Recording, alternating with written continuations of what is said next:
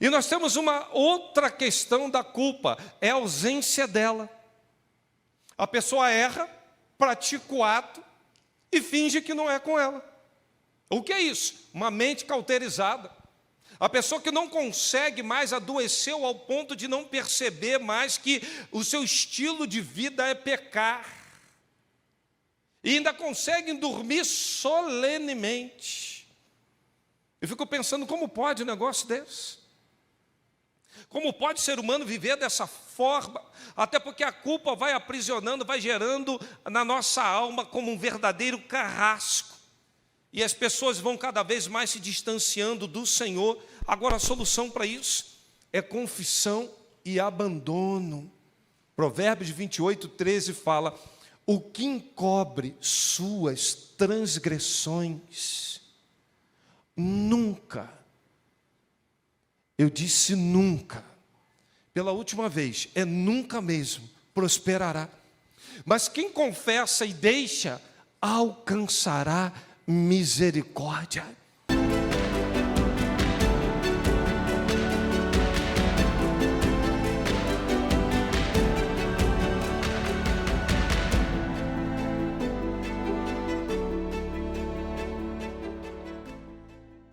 Eu queria falar com os irmãos rapidamente nessa noite, a gente vai ter que voltar. Esse é um assunto que a gente tem que abordar assim 3 vezes, 4 vezes por ano na igreja.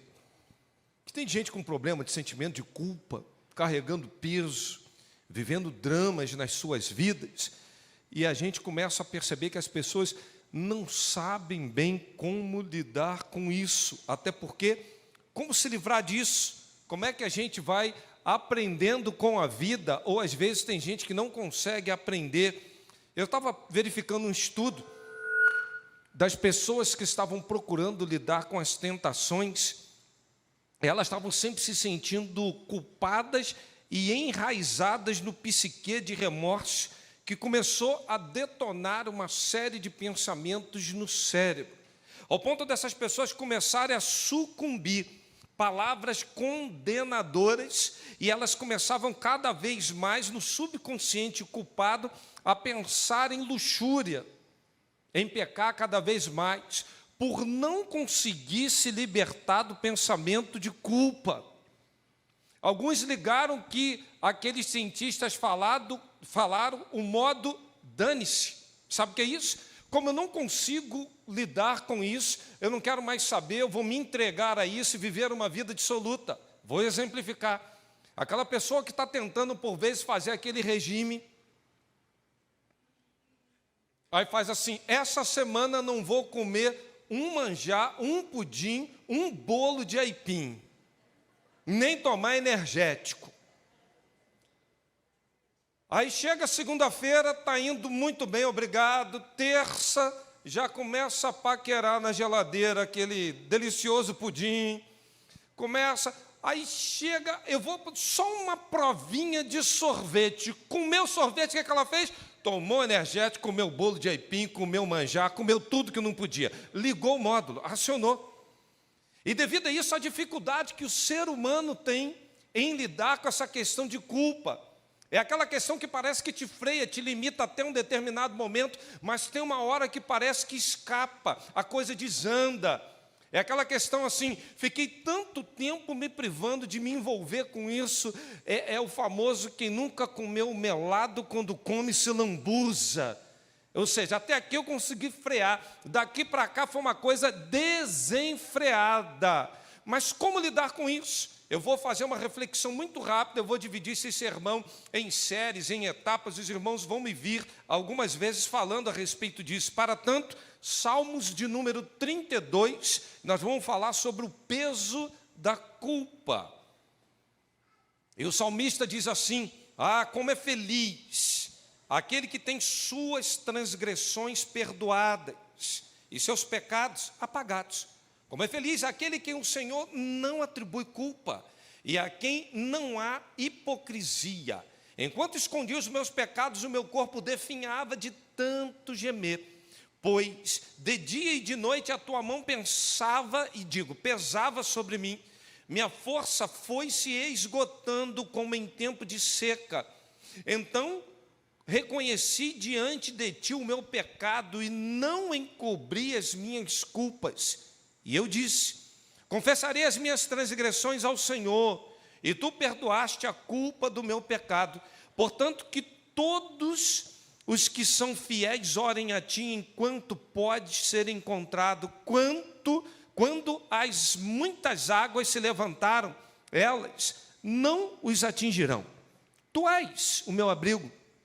Tu me preservarás das angústias e me cercarás de canções de livramento. E eu instruirei e ensinarei o caminho que você deve seguir, e o aconselharei e cuidarei de você. Não sejam como o cavalo ou o burro que não têm entendimento, mas precisam de serem controlados com freios e rédeas. Caso contrário, não obedece. Muitas são as dores dos ímpios, mas a bondade do Senhor protege quem nele confia. Alegrem-se no Senhor e exultem, vocês que são justos. Cantem de alegria, todos vocês que são retos de coração. Davi está vivendo um momento delicado de sua vida, em que ele consegue enxergar as suas mazelas, as suas dores, a sua ferida, e por que não dizer toda a culpa que vai infectando a humanidade desde Adão e Eva, quando resolvem desobedecer ao Senhor. Ali entra o pecado, e por intermédio desse pecado vem passando de geração em geração, ao ponto do Salmo 51, verso 5, 116, verso de número 6, vem sempre declarando: em pecado me concebeu meus pais, eu fui formado em iniquidade, e isso vem sendo de geração em geração, o homem sempre tendo que lidar com culpa, com desobediência, com questões tão difíceis, mas o ponto nevrálgico da questão é: por que é que esse pecado sempre nos leva a uma vida dissoluta, ingrata e carregar peso? Porque o salário dele é a morte. Só que parece que na culpa do pecado a gente vem morrendo todos os dias. Quanto mais distanciamos, todos pecaram, foram destituídos da glória de Deus. Quanto mais afastamento de Deus, é o caminho de morte. Não tem nada pior do que viver distante de Deus. Não tem nada pior do que tentar se chegar a Deus e não conseguir. Que peso é viver fora da presença de Deus. Como é ruim viver como se Deus não existisse, ou como se a nossa culpa nos separasse. Isaías fala isso. Sabe o que faz divisão entre nós e o nosso Deus? Os nossos pecados, a nossa transgressão. Como isso tem afastado o homem e, por conseguinte, carrega uma culpa enorme. Por isso, o primeiro ponto que eu quero destacar está nos versos 3 e 4. Eu guardei em silêncio, consumiram os meus ossos, o bramido durante todo o dia, porque de dia e de noite a tua mão pesava contra mim, e o meu humor tornou-se em sequidão de estio. O que é isso? O perdão é uma necessidade humana. Ninguém consegue viver sem perdão. Não há como o homem viver ignorando o fator perdão. Não há como a gente levar uma vida constantemente se tivéssemos que fazer hoje uma retrospectiva durante o dia, desde que acordamos até o presente momento. Ah, meus irmãos, quantas causas de perdão teríamos que pedir e emanar? Quantos momentos hoje, durante toda a nossa trajetória, tivemos a necessidade de uma experiência de perdão? Por quê? Isso é uma necessidade humana. Por isso que Paulo, escrevendo à igreja de Roma, no capítulo 8, ele vem dizendo: olha, devido a essa questão da culpa, do peso, do pecado, está todo mundo gemendo. O que é isso? A criação geme, a igreja geme, o Espírito geme. A gente olha para a criação, a gente começa a ver a natureza em convulsão, a gente começa a ver as angústias, o gemido. Como está tudo sendo afetado, a gente olha para a igreja, não somente ela, mas também nós, como as primícias do Espírito Santo, nós estamos gemendo no nosso íntimo, aguardando a adoção de filhos, a redenção do nosso corpo, gememos. Enquanto estivermos aqui nesse corpo, meus irmãos, quantos gemidos. A gente olha para o Espírito Santo, ele intercede por nós com gemidos inexprimíveis. Todas as vezes que erramos, que pecamos, há um gemido do Espírito Santo. E a gente começa a ver por que essa culpa tanto nos separa do Senhor, por que a culpa gera peso e tormenta, por que a gente não consegue lidar com esse fator, ao ponto da Igreja Católica Apostólica Romana inventar uma coisa chamada confessionário. Traz aqui, bate um papo aqui, abre o teu coração. O que está vendo com você?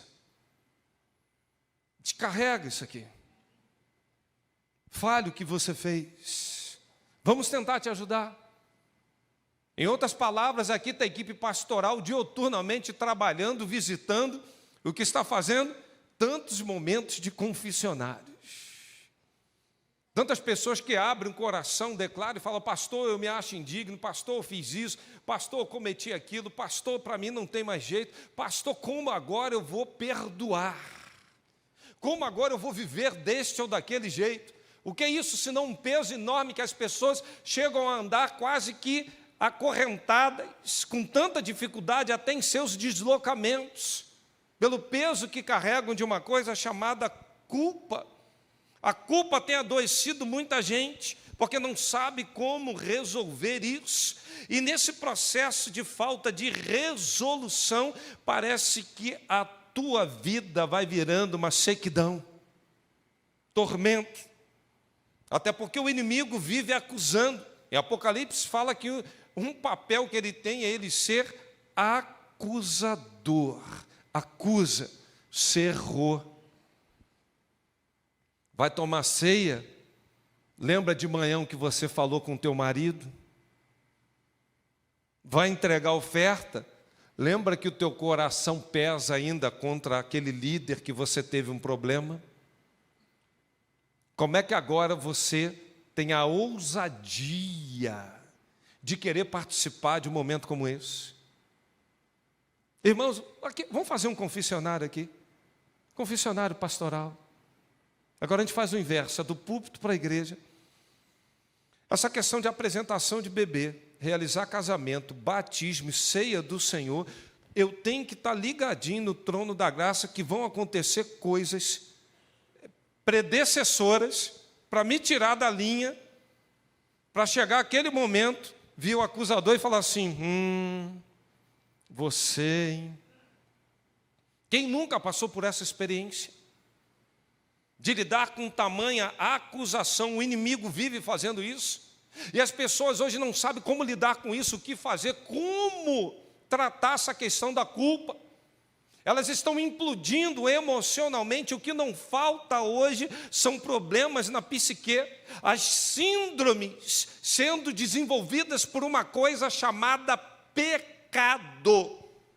Síndrome de pânico, perseguição, depressão, Burnout, que agora é um nome, né? Tanta gente, eu estou na síndrome, né? Burnout. Vai ver a origem, é pecado. Vai ver o que está por trás disso. Transtorno bipolar, gente que briga com todo mundo, compulsividade. A compulsividade nada mais é do que a pessoa não está sabendo lidar com culpa, com as suas mazelas, aí vai ficando compulsivo por sexo, por dinheiro, por comida, não tem limite, não tem freio, a sua vida vai desencadeando tantos transtornos alimentares, compulsivos, e vai perdendo freio. Até porque as pessoas nos dias de hoje, elas não sabem lidar com 3 tipos de situações que a culpa traz. Primeiro, nós temos uma culpa real, irmãos. Erramos, vacilamos e precisamos de perdão. Nós temos uma irreal.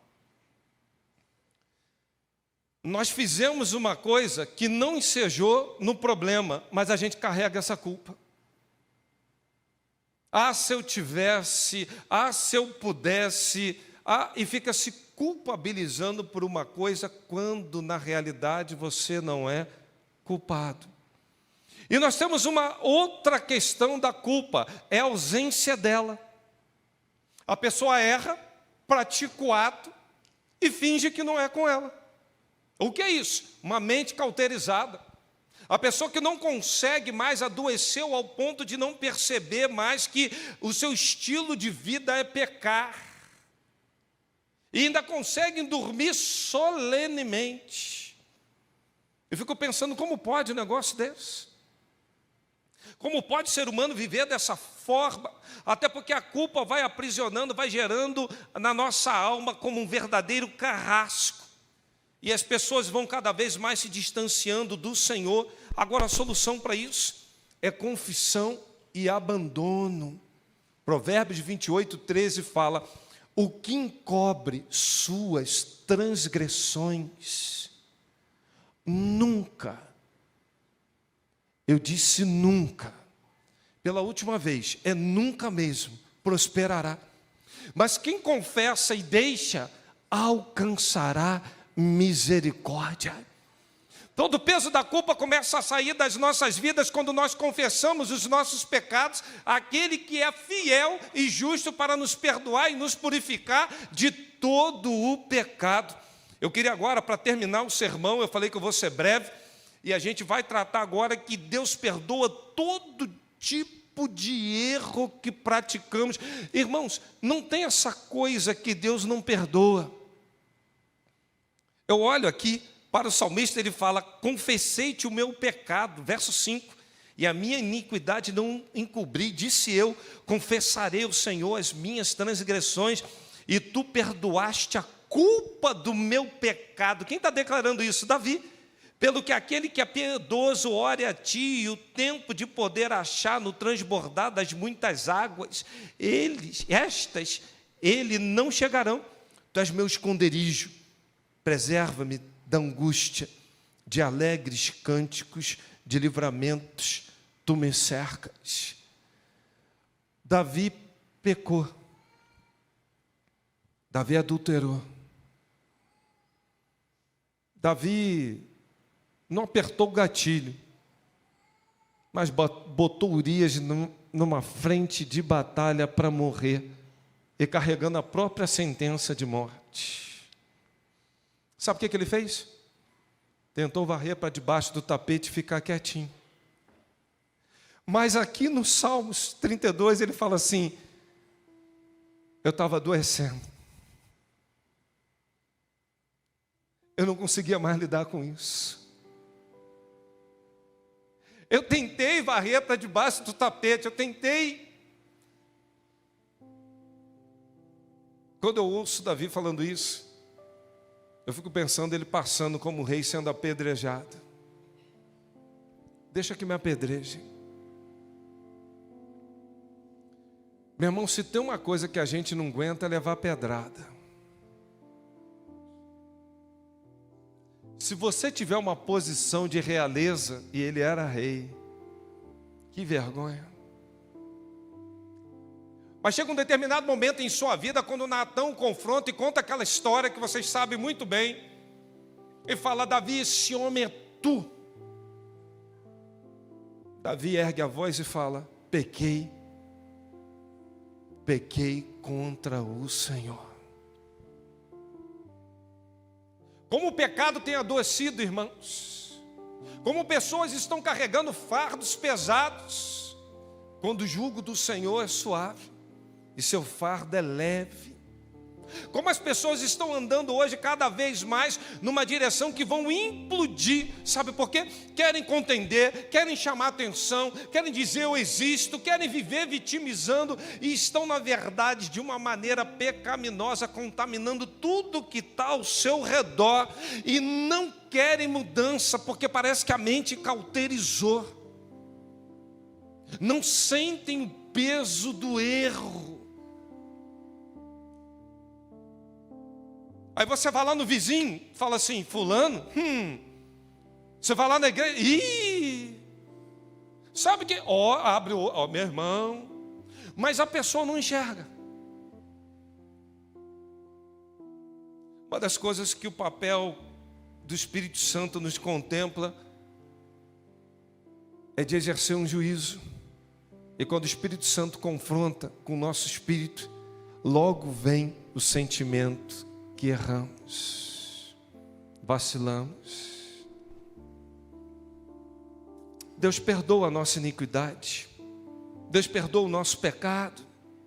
E pecado é errar o alvo. Quantas vezes a gente tem errado o alvo? Deus perdoa a transgressão. Deus quer perdoar todos os nossos pecados. Jesus não morreu pela fofoca, pela ganância. Ele morreu por todos os nossos pecados. E quando a gente pensa nisso, eu lembro do Jesus na cruz e os 2 ladrões. E aí dá vontade de olhar para aquele ladrão que Jesus falou assim: hoje mesmo estarás comigo no paraíso. De falar assim: rapaz, o cara se deu bem. 5 minutos da prorrogação, teve a conta zerada. E eu que estou a vida inteira renunciando, sacrificando e nada. Não dá vontade? Mas esse é o escândalo da graça. É essa graça que é estendida a mim e a você. Quando a gente não vive nessa graça, a vida não tem graça. A culpa sai, o peso sai, porque o Senhor renova a aliança conosco. Diz o Senhor: eu porei as minhas leis nos corações deles, eu vou escrever no seu entendimento. E acrescenta: jamais me lembrarei dos seus pecados e das suas iniquidades. Hebreus 10, 16 e 17. Como é bom lidar com Deus que por Ele mesmo aperta o botão da amnésia e fala: ó, não lembro mais não. Salmo 51, verso 1 e 2. Tem misericórdia de mim, ó Deus. Segundo a tua benignidade, apaga as minhas transgressões. Segundo a multidão das tuas misericórdias, lava-me completamente da minha iniquidade, purifica-me do meu pecado. O salmista está falando assim: eu quero ser lavado, eu quero largar a culpa para lá, eu quero parar de adoecer, eu quero parar de viver uma vida doente, eu quero ter fortalecimento espiritual, eu quero viver uma vida sã, porque pecado, irmãos, adoece o físico, emocional e o espiritual. Pecado arrebenta com tudo. Pecado acaba com a gente.